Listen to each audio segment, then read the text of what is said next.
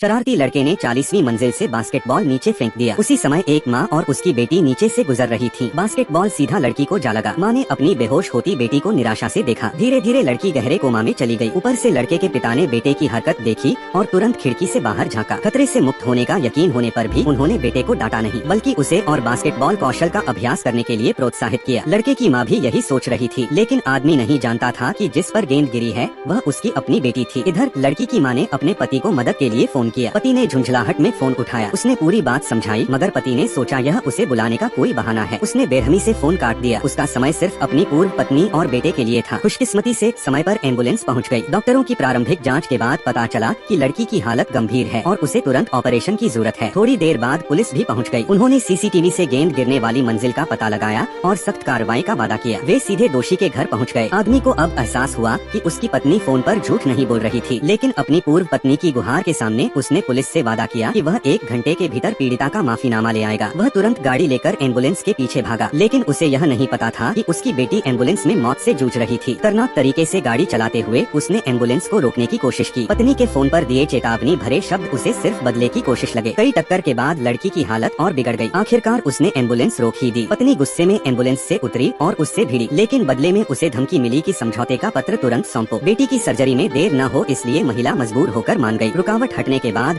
सभी फिर से एम्बुलेंस में बैठ गए और अस्पताल पहुंचे। डॉक्टरों ने तुरंत लड़की का बड़ा ऑपरेशन शुरू किया, लेकिन लंबे 6 घंटे बाद डॉक्टर ने दुखद परिणाम सुनाया। महिला तुरंत निराशा में डूब गई। उसी समय पति को सच्चाई का पता चलने पर वह अस्पताल दौड़ा आया। अपनी बेटी की लाश देखते ही उसे एहसास हुआ कि उसने बहुत बड़ी गलती की है।